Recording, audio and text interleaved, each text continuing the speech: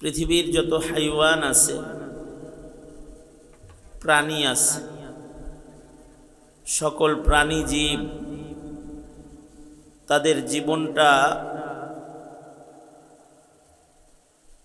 আদত এবং ফিতরত, প্রাণীকে আল্লাহ তাআলা যে স্বভাব দান করেছেন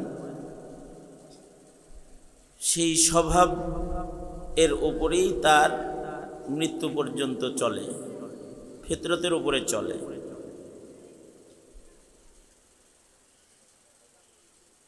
কারণ তাদেরকে আল্লাহ তাআলা বানাইছেন খিদমতের জন্য।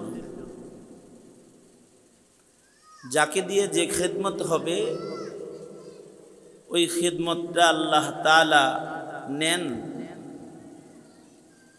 তাদের জন্য কোনো শরীয়ত নাই, আইন নাই, বিধিবিধান নাই। মরণ পর্যন্ত তারা আদতের উপরে চলে, অভ্যাসের উপরে তাদের মৃত্যু পর্যন্ত একই স্বভাবের উপরে শেষ হয়ে যায়। কারণ তাদের সৃষ্টির উদ্দেশ্যই হইল খিদমত।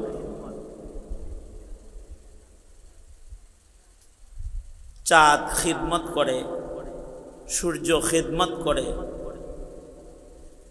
গাছপালা খিদমত করে,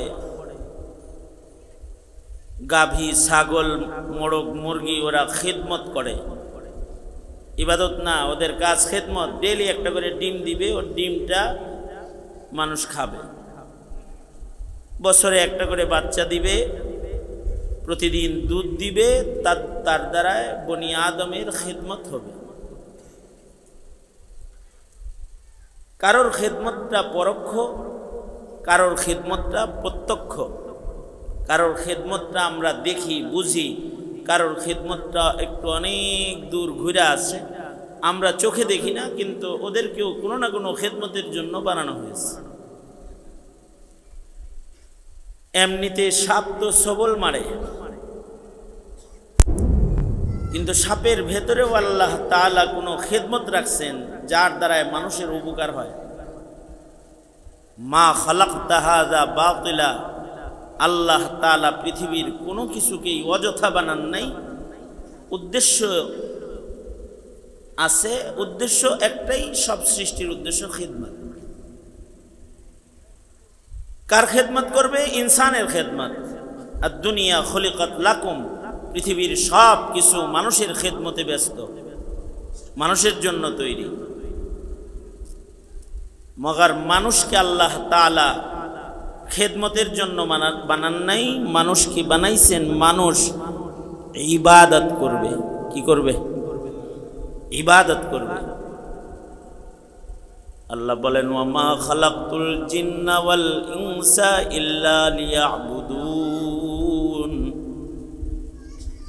মানুষ এবং জিনকে আল্লাহ তাআলা সৃষ্টির উদ্দেশ্য বর্ণনা করলেন লিয়াবুদুন। মানুষকে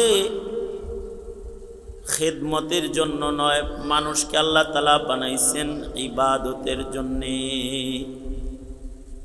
মানুষই একমাত্র প্রাণী যারা ইবাদত করবে। এই কারণেই মানুষের শিক্ষা দীক্ষার দরকার আছে, অন্যান্য হাইওয়ানের শিক্ষা দীক্ষার দরকার নেই।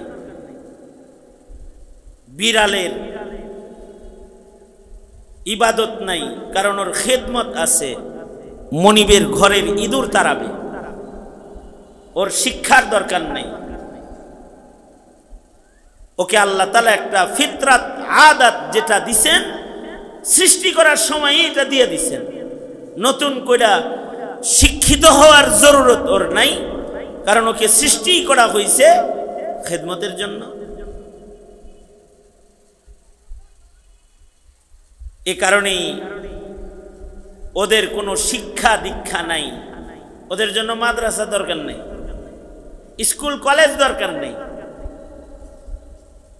ওদের আদত আর স্বভাবের জন্য যতটুকুন জ্ঞান দরকার অতটুকুন সৃষ্টিগতভাবেই ওদেরকে আল্লাহ তাআলা দান করেছেন। জন্মের সাথে সাথে ওদের জ্ঞান আছে। ওদের যেমন মুরগি ডিমের আবরণ থেকে বের হওয়ার সাথে সাথে ওকে যে আল্লাহ তাআলা আদত ফিতরত দিছেন, এটার উপরে ওর যাত্রা শুরু হয়ে যায়। ডিমের আবরণ থেকে বের হয়ে শুয়ে থাকে, বসে থাকে, নাকি সাথে সাথে হাঁটে? সাথে সাথেই হাঁটে। ওর খাবারগুলো ও চিনে, শিক্ষক দরকার নাই, শিখানোর দরকার নাই।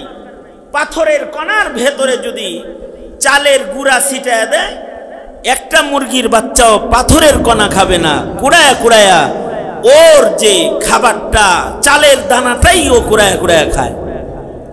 বলুন তো ওকে এই শিক্ষা প্রদান করলেন কে? জোরে আওয়াজ করে বলেন আল্লাহ। ছাগলের বাচ্চা জন্মের পরেই হাঁটে, আর এমন ভাব লইব জন্মের পরেই প্রথম দিন দ্বিতীয় দিনেই গুতাগুতি শুরু করে যায়, মারামারিও শিখা বাইছে।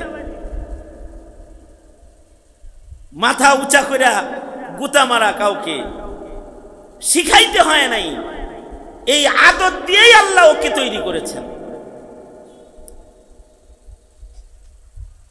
গরুর বাচ্চা দুধ কেমনে খাবে? মায়ের স্তনে মুখ দিয়ে গুতা দিলে পরে ওর মায়ের দুধ বের হবে, বন্ধ তালা খুলবে। ওকে কাউকে শিখাইতে হয় নাই, একা একাই গুতাগুতি শুরু করে মায়ের স্তনে।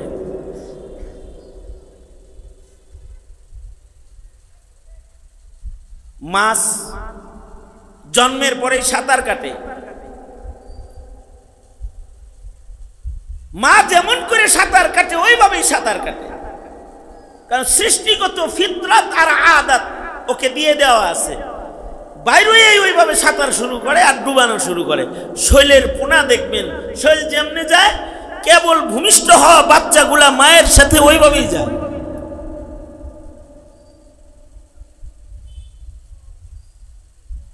পৃথিবীতে এমন কিছু প্রাণী আছে যারা মার সাক্ষাৎও পায় না। শিক্ষক মাও তার শিক্ষক না, সরাসরি আল্লাহ তার শিক্ষক। ও জন্মের পরে মা বাবার দেখাও পায় না। যেমন সাপের বাচ্চা, সাপ কোথায় ডিম পারে এটা আল্লাহ তাআলা সাপকে বুলায় দেয়। সাপের মা বাপ থাকে এক জায়গায়, আর সাপের জন্ম হয় আর এক জায়গায়। কিন্তু জন্মের সাথে সাথে ও মায়ের স্বভাব ওর ভেতরে চলে আসে। একদিনের বয়সের সাপের লেজে যদি কেউ পাড়া দেয়, তাইলে একদিন বয়সের সাপটাও মায়ের মতো ডিফেন্স পাওয়ার নিয়ে মাথা উঁচা করে দাঁড়ায় যায় সবল দেওয়ার জন্য। এটা ওর আদত, এটা ওর স্বভাব। এর জন্য কোনো শিক্ষকের দরকার নেই। বিজ্ঞানীরা আবিষ্কার করেছে এমন কিছু মাছ আছে যে মাছগুলোর জন্ম হয় এক জায়গায় কিন্তু বসবাস করে আর এক জায়গায়। সাগরে এমন কিছু মাছ আছে যে মাছগুলোর জন্ম হয় আটলান্টিক সাগরে। এক প্রকৃতির মাছ আছে যে মাছগুলো বাচ্চা প্রসবের জন্য পৃথিবীর সব সাগর থেকে হাজার হাজার মাইল সাঁতার কেটে বাচ্চা প্রসব করার জন্য আটলান্টিক মহাসাগরে চলে যায়। কারণ আটলান্টিক মহাসাগরে যাওয়ার পূর্ব পর্যন্ত এই মাছগুলোর বাচ্চা হবে না। মাছগুলো বসবাস করে বঙ্গোপসাগরে, ভারত সাগরে, আরব সাগরে। কিন্তু মায়ের যখন বাচ্চা হওয়ার সময় হয়, বাচ্চা প্রসব সেন্টার হলো আটলান্টিক মহাসাগর। এই মাকে বাচ্চা প্রসব থিয়েটার চিনাইতে হয় না। এই মাছগুলো ফিতরাতান জন্মের সাথে সাথে ওরা ওর মার বাড়ি এবং ওরা ওর মৃত্যুর কূপ কোনটা, মরণের জায়গা কোনটা, এটাও ওরা জানে। এ কারণে বাচ্চা প্রসব কোথায় হবে তাও ওরা জানে। পেটে বাচ্চা আসলে মাছগুলো সাঁতার কেটে কেটে 4000 মাইল 3000 মাইল সফর করে আটলান্টিকের ভয়াল পয়েন্টে বাচ্চা প্রসব করার জন্য চলে যায়। কারণ ওরা জানে ওরা যদি বঙ্গোপসাগরে থাকে ওদের পেটের বাচ্চা বের হবে না, এবং এটাও ওরা জানে যে ওরা বঙ্গোপসাগর থেকে আটলান্টিকে যাওয়ার পরে ওরা আর নিজের বাড়ি ফেরত আসতে পারবে না, কারণ এই মাছগুলো বাচ্চা হওয়ার সাথে সাথে মা মাছগুলো সাগরের আটলান্টিকের ভয়াল পয়েন্টেই ওদের মৃত্যু হয়ে যায়। একদিকে ওর পেট থেকে হাজার হাজার বাচ্চা জন্মায়, আর দিক দিয়ে এই মায়ের মৃত্যু আটলান্টিক মহাসাগরে হয়ে যায়।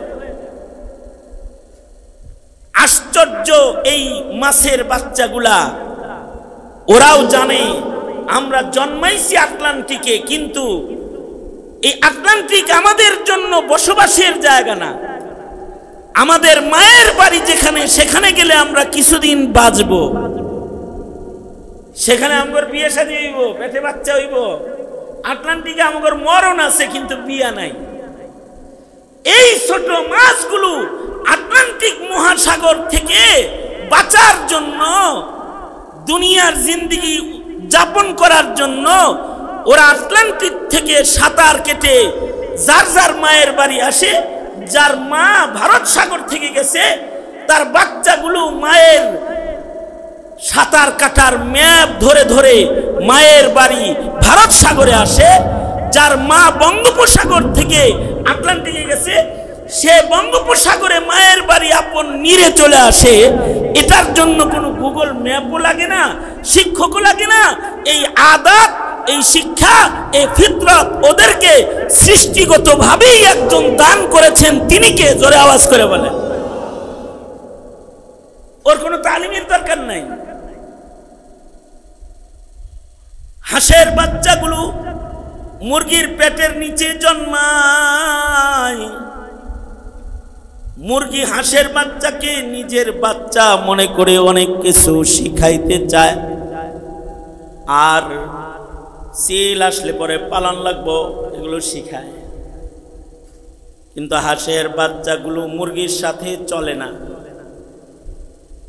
ওরা মুরগিকে ছেড়ে পানির ভেতরে চলে যায়। তখন মা পানির পানে দাঁড়ায় চিৎকার করে, যাইস না, যাইস না, একটু বড় হয়ে যাইস না, আমার কাছে থাক। তো করে চিলে লয়ে যাইব, আমি পাখনা দিয়ে থাকবো, যাইস না।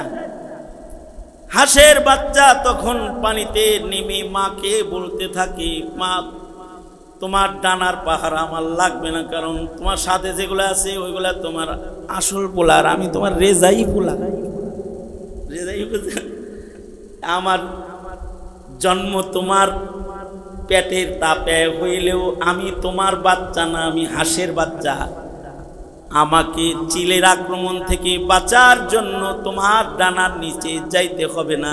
চিল আসলে খাবার যে পানির নিচ থেকে ডুবায়া খাই, চিলাইলে পরে ওইখানে যায় পালাম, আমারে খুঁজে পাইতো না। যাও গা তুমি।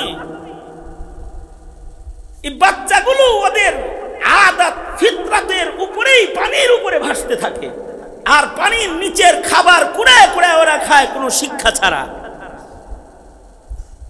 মানুষের বাচ্চাকে যদি ছেড়ে দেন, জন্মাইছস এবার হাটে একা একা খা, তো এটা মরে যাইব। এটাকে শিক্ষা দীক্ষা দেওয়ার দরকার আছে, কারণ তাকে আদতের উপরে জীবন কাটানোর জন্য বানানো হয় নাই।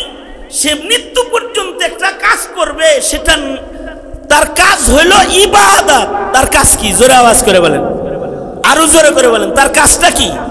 তার কাজ হলো ইবাদত। মরণ পর্যন্ত সে ইবাদত করবে, এজন্য তাকে বানানো হয়েছে। এ কারণে তার অভ্যাসের উপরে তার জীবন শেষ নাই।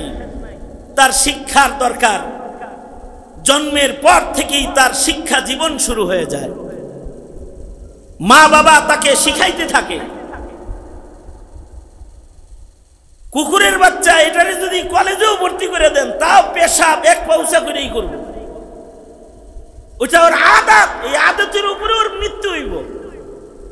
কিন্তু মানুষের বাচ্চা জন্মের পরে সে পেশাব করছে, 2 বছর পরে হাঁটছে আর মুতছে, হাঁটছে আর পেশাব করছে।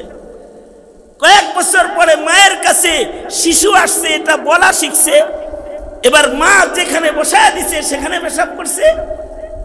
এর কিছুদিন পরে বাথরুমে মা ঢুকতে চাইলে তার শরম আল্লাহ দান করেছে, সে দরজা লাগাই দিছে, না তুমি আমার শরম দেখতে পারবে না, যাও আমি পারি। এরপরে সে আস্তে আস্তে ধীরে ধীরে তার অবস্থার পরিবর্তন ঘটেছে একটা শিক্ষার মাধ্যমে, একটা তরবিয়তের মাধ্যমে। মানুষের এই তরবিয়তটা আর এই মানুষের বাচ্চাগুলোর তরবিয়ত যদি নবীর দেওয়া কোরআন হাদিসের আলোকে ইবাদতের তরবিয়ত হয়, তখন এই তরবিয়তের কারণে তার জিন্দেগি পুরাটাই বন্দিগি হয়ে যায়। এই কারণেই মানুষের ভেতরে শিক্ষকের জরুরত পড়েছে।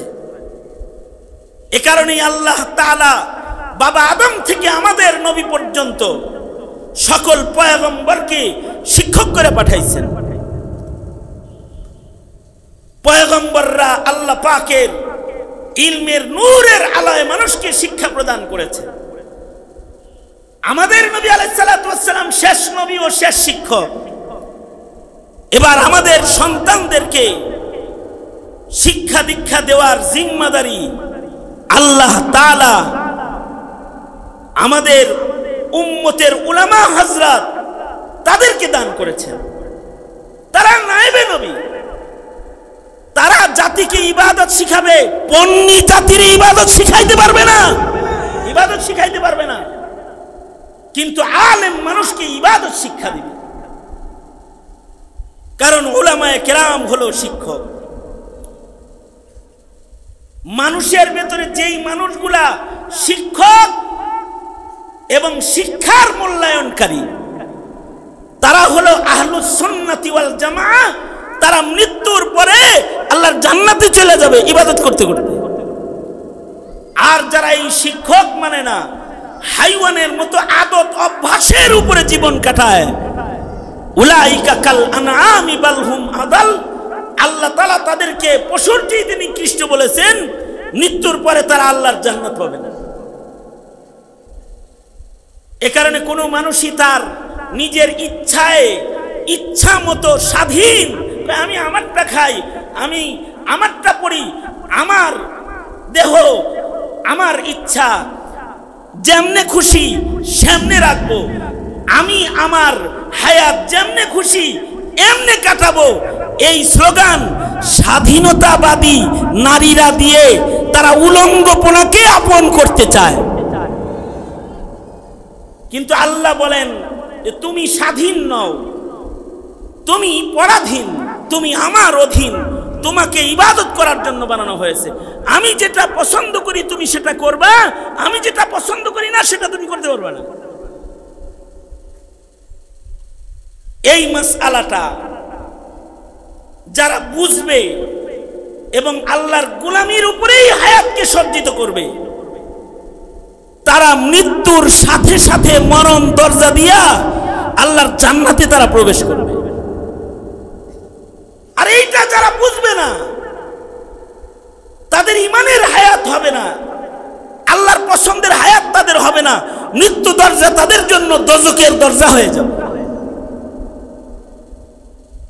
এ কারণে আল্লাহ তাআলা বলেন, ওয়া'বুদ রাব্বাকা হাত্তা ইয়াতিয়াকাল ইয়াকিন, নিশ্চিত মরণ তোমার কাছে আসা পর্যন্ত তুমি ইবাদত করবে একজনার। তিনি কে? জোরে আওয়াজ করে বলেন, তিনি কে? আল্লাহ পাকের গোলামি করতে করতে মরণ পর্যন্ত পৌঁছতে হবে। মানুষের ইবাদত মাপ নাই। মরণ পর্যন্ত তার 1 নাম্বার কাজ হলো ইবাদত, অর্থাৎ আল্লাহ যে কাজ করতে বলেছেন সে কাজ সে করবে, আল্লাহ যা মানা করেছেন তার থেকে সে বিরত থাকবে। মহান আল্লাহ তাকে 5 বেলার নামাজ পড়তে বলছেন, পড়বে। 1 মাস রোজা রাখতে বলেছেন, রাখবে। প্রতিদিন কোরআন তেলাওয়াত করে মহান রবকে খুশি করবে, হালাল আর হারামের তমিজ করে চলবে, শরীয়তের পাবন জিন্দেগি সে গড়বে, শরীয়তের পাবন জিন্দেগি তার পুরা জিন্দেগিটাকে ইবাদতের নকশা মতো সে সাজাবে। মানুষের ভেতরে যে মানুষটা ইবাদত দিয়ে নিজেকে সুসজ্জিত করবে, মহান আল্লাহ জান্নাতে নিজে মেজবান হয়ে তাকে আল্লাহর জান্নাতে চিরদিনের হায়াত দিয়ে কাছে রাখবে। সুতরাং স্বাধীন আর আজাদি জিন্দেগির নাম ইনসানিয়তের জিন্দেগি না। অনেকে মনে করে আমার কাম রাজনীতি, যদি বলে যে কি করেন, আমি রাজনীতি করি। হে রাজনীতি করে, ইবাদত করে না, না নামাজ পড়ে, না জিক্র আজকার করে, না তার জিন্দেগিতে ইবাদতের কোনো কিছু আছে। অনেকে যদি বলেন কি করি, কি করেন, ব্যবসা করি। সে সারা জীবন ব্যবসা করেই কাটায় দিছে, দোকানদারি করছে, চাকরি করছে, আল্লাহর কাম একটাও করে নাই।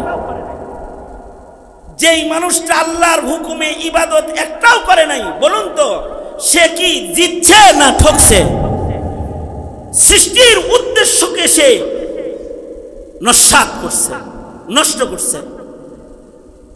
আমাদের প্রজন্ম যেন নিজের জিন্দেগিকে নিজের ইচ্ছা মতো চলে, হাইওয়ান জানোয়ার না হয়, এজন্য একটা শিক্ষা কিয়ামত পর্যন্ত জমিনে লাগবে, সেটা হলো মাদ্রাসার শিক্ষা, কোরআনের শিক্ষা, ইলমে দ্বীনের শিক্ষা।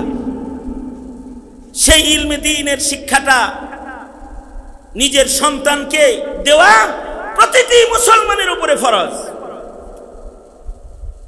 আমরা বলি না আপনারা আপনাদের সন্তানদেরকে ইঞ্জিনিয়ার বানাবেন না, ডাক্তার বানাবেন না, এটা বলি না। আমরা বলি আপনার সন্তানকে ইঞ্জিনিয়ার বানান, ডাক্তার বানান, তাদেরকে দার্শনিক বানান, কিন্তু তাদেরকে বেঈমান বানায়েন না, বেঈমান বানায়েন না, এইটা বলি।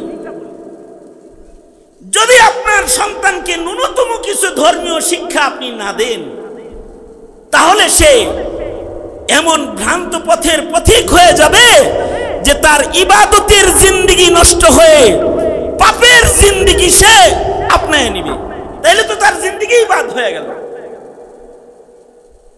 ওই পরিমাণ ইলমে দ্বীন যেটার মাধ্যমে বাতিল চিনা যায়, যেটার মাধ্যমে ঈমান রক্ষা করা যায়, অতটুকু ইলমে দ্বীন শিক্ষা দেওয়া সব মুসলমানের উপরে ফরজ।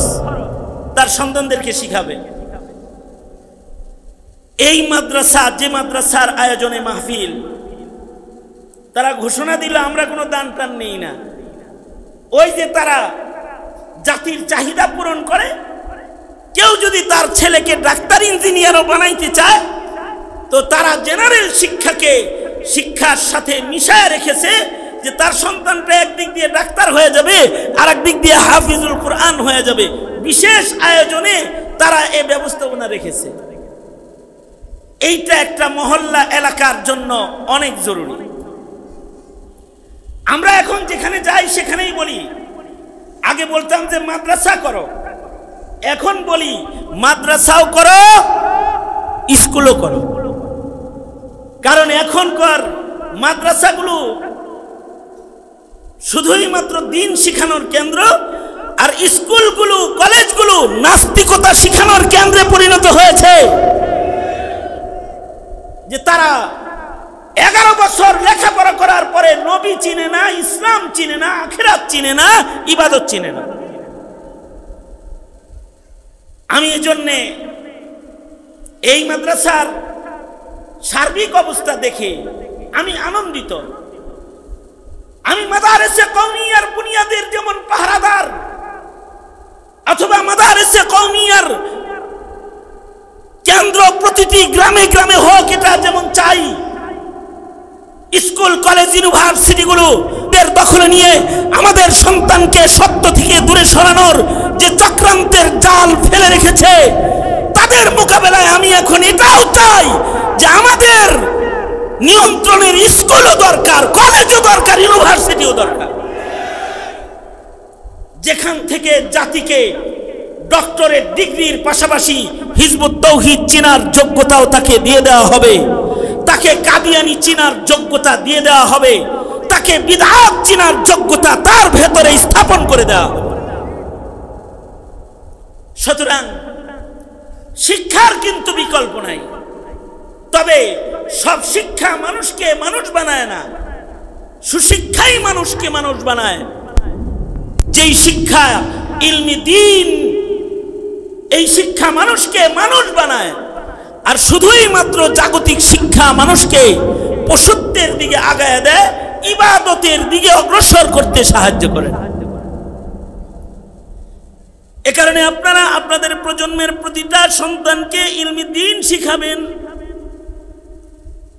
যারা নিজেরা ছেলেবেলায় মাদ্রাসায় পড়ে দিন শিখতে পারেন নাই, তাদের জন্য আমাদের মুরব্বীরা চলতি ফিরতি মাদ্রাসা দাওয়াত তাবলীগ করে গেছে। মাসে 3 দিন সময় দাওয়াত তাবলীগের সাথে একটু লাগান।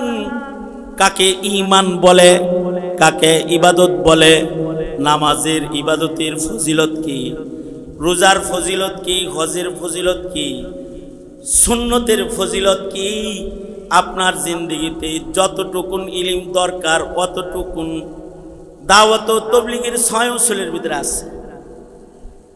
বুড়া বয়সেও আপনি যদি শিখালন, মরণকালে তৃপ্তি সহ ইবাদত করে মরতে পারবেন। আল্লাহওয়ালাদের সান্নিধ্যে গিয়ে যদি আত্মশুদ্ধির সবকটা নিতে পারেন, আর কোন ওলি বুজুর্গের সোহবতে যায় যদি দ্বীনের দরদ বুঝতে পারেন, তাইলে মরণ পর্যন্ত শেষ সময় যখন কিছুই করার যোগ্যতা থাকবে না, কম আজ কম বিশুদ্ধ ইবাদত করে মরণ পর্যন্ত পৌঁছতে পারবেন। আর যারা বিশুদ্ধ ইবাদত করতে করতে মরণ পর্যন্ত পৌঁছলো, তারা সফল হয়ে গেল। আল্লাহ বলেন, ওয়াবুদ রাব্বাকা হাত্তা ইয়াতিয়াকাল ইয়াকিন। আল্লাহ বলেন, বনি আদম তোমরা ইবাদত করো মরণ পর্যন্ত, এটা মাপ নাই তোমার, শেষ নিঃশ্বাস পর্যন্ত ইবাদত করবা। এ কারণে নিজেরা আবেদ হওয়া, নিজের ঘরের মানুষদেরকে আবেদ বানানো, নিজেরা আবেদ হওয়া, নিজের সমাজের মানুষকে আবেদ বানানো, ইবাদত করনে ওয়ালা বানানো, এটাই হলো আমাদের মূল কাজ। কারণ যদি আবেদ বানাইলাম, ওকে আল্লাহর কাছে পৌঁছাইলাম, আর যদি ইবাদত না শিখাইলাম, ওরে শয়তানের ঘরে দিয়ে দিলাম।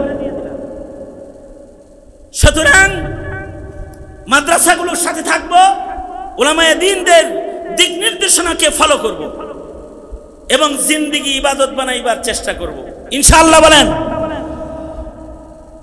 দ্বীনের দরদ বুঝাবো, দ্বীনের দরদ, ধর্মের দরদ বুঝাবো। দীর্ঘদিন এক জগদ্দল পাথর আমাদের মাথার উপরে চেপে বসেছিল, যারা হিন্দুত্ববাদ শিখায়েছে, কিন্তু ইবাদত ইসলাম শিক্ষা দিতে তারা বাধা দিয়েছে। ওয়াজ নসিহতে তারা বাধা ছিল, তারা দাওয়াত ও তাবলীগের ময়দানে রক্ত ঝরাচ্ছে।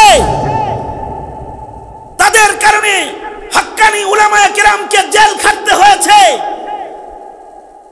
অবশ্য তারা বহুত্ববাদ আর হিন্দুত্ববাদ প্রতিষ্ঠায় স্কুল কলেজের শিক্ষা সিলেবাসকে পর্যন্ত তারা পরিবর্তন করেছে। আল্লাহ পাক রহম করছেন, এই জগদ্দল পাথর আমাদের মাথার উপর থেকে গেছে, কিন্তু আমরা এখনো শান্তি পাই নাই। খুব দুঃখ পেয়েছি আজ।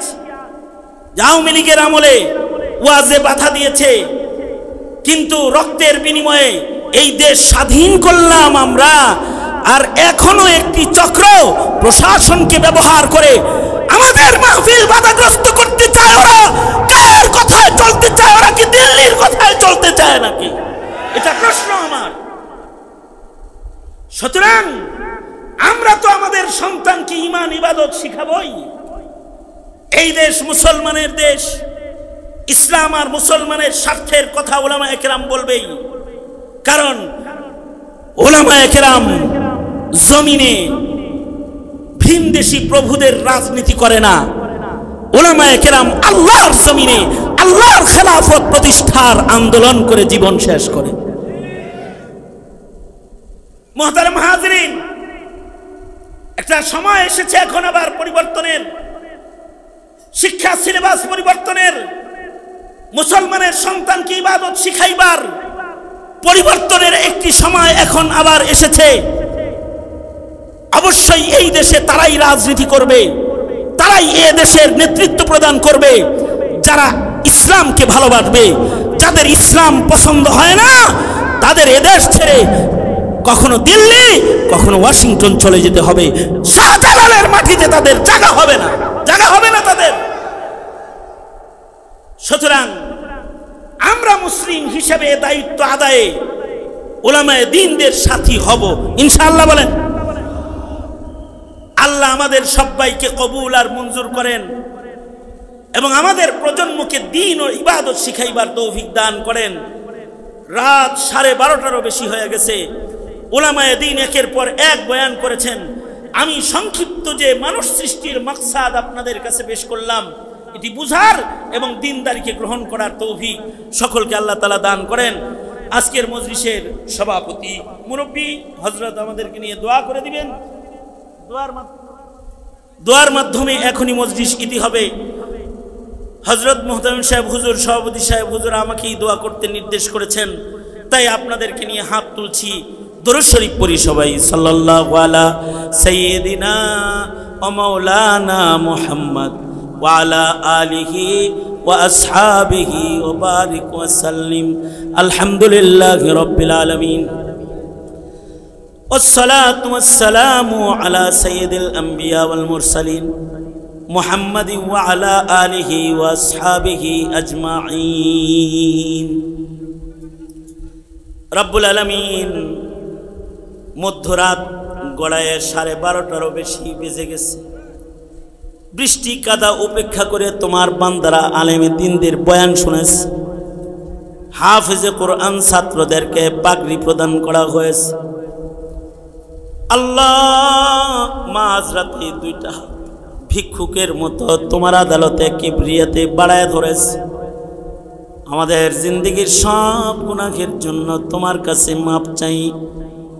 আল্লাহ জিন্দেগির সব গুনাহ মাফ করে দাও।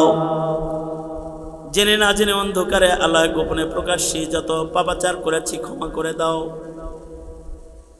বেগুনাহ মাসুম জিন্দেগি আমাদের তুমি দান করো। রব্বুল আলামিন কার কি হাজাত জরুরত তুমি জানো, সবার নেক হাজাত গুলো পূরণ করে দাও। ব্যবসায়ীর ব্যবসায়ে বরকত দাও, চাকরিজীবীর চাকরিতে বরকত দান করো। অভাবীর অভাব দূর করে দাও, ঋণগ্রস্তকে ঋণ মুক্ত করে দাও।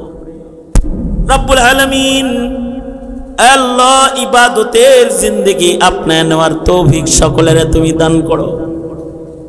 আল্লাহ বুড়াদের হযরত আবু বকর বানায় দাও, যুবকদের খালিদ বিন ওয়ালিদ বানায় দাও, পর্দার আড়ালের মা বোনদের হযরত ফাতেমা খাদিজা বানায় দাও। রব্বুল আলামিন আল্লাহ জানি না কার মা নাই কার বাবা নাই, যাদের পিতামাতা কবর জগতে গেছে তাদের মা বাবার কবর জান্নাতের বাগান বানায় দাও। যাদের আব্বা আম্মা আছে খেদমত করার তৌফিক দান করো। আল্লাহ এলাকার হক পছন্দ যুবকদের জওয়ানি তোমার কাছে আমানত দিয়ে গেলাম। আল্লাহ যুবক হিরেখণ্ড যুবকদেরকে খালিদ বিন ওয়ালিদ বানায় দাও। আল্লাহ হকের জন্য লড়ার, হকের জন্য কথা বলার তৌফিক সকলের তুমি দান করো। মজলিসের সভাপতি সকলের মুরব্বী হযরত মুহতামিম সাহেবকে নেক হায়াত লম্বা করে দাও। রব্বুল আলামিন যারা এই মজলিস কায়েমে সাহায্য সহযোগিতা করেছে, যারা শ্রম দিয়েছে, রব্বুল আলামিন। আসসালামু আলাইকুম ওয়া রাহমাতুল্লাহি ওয়া বারাকাতুহু। আলহামদুলিল্লাহ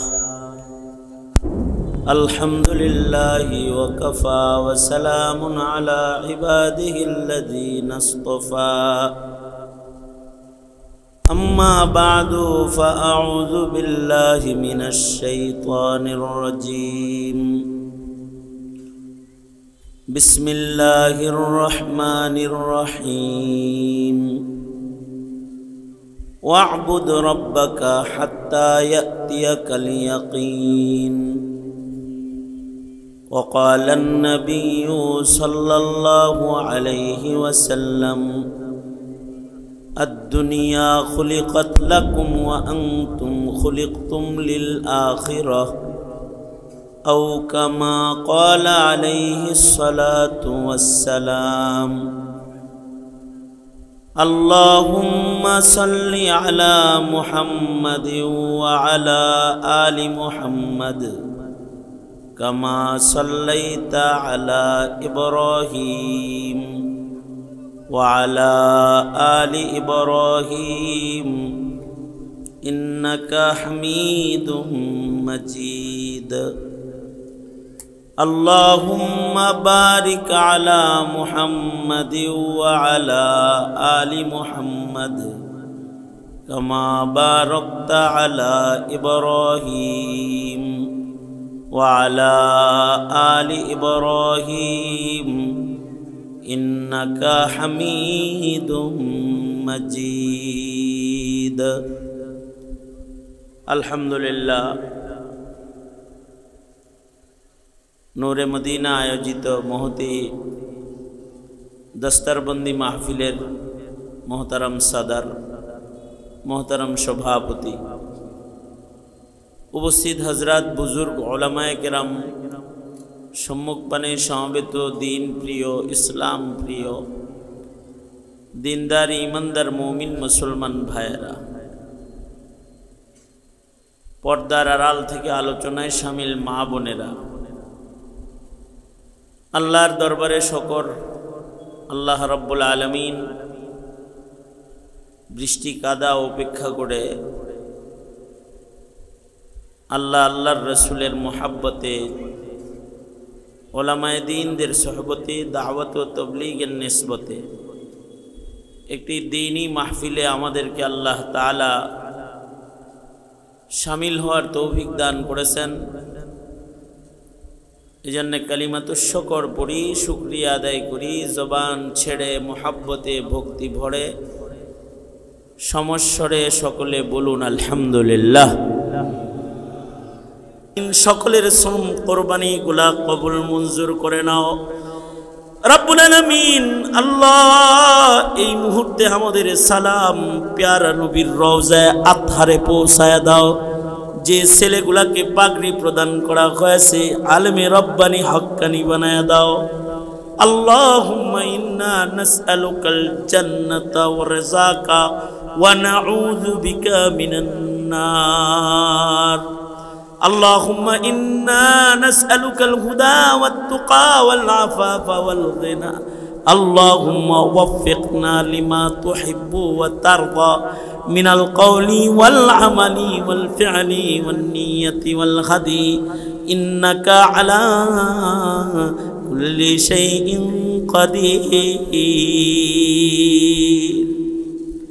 رب العالمين আমাদের নসলকে কবুল মঞ্জুর করে নাও আমাদের খানদানের মধ্যে কোনো বেঈমান পাঠাইবা না বদ্দিন পাঠাইবা না মুত্তাকির জামাত দিয়া আমাদের খান ও দানকে তুমি ভরে দাও ইয়া আল্লাহ সকল মুমিন মুমিনাতকে maaf করে দাও পৃথিবীর নিকৃষ্ট জালেম ইসরায়েলকে হালাক করে দাও আল্লাহ ফিলিস্তিনের মজলুম মুসলমানদের জন্য মদদ আর নুসরত পাঠায়া দাও সারা দুনিয়ার মুসলমানদেরকে নাজাত শান্তি দান করো যত কল্যাণ আর মঙ্গল সব আমাদের দাও অকল্যাণ আর অমঙ্গল হতে ধরে ধরে আমাদেরকে বাঁচাও সুবহান রাব্বিকা রব্বিল ইজ্জাতি আম্মা ইয়াসিফুনা ওয়া সালামুন আলাল মুরসালিন walhamdulillahi rabbil alamin. Assalamu alaikum wa rahmatullahi wa barakatuh.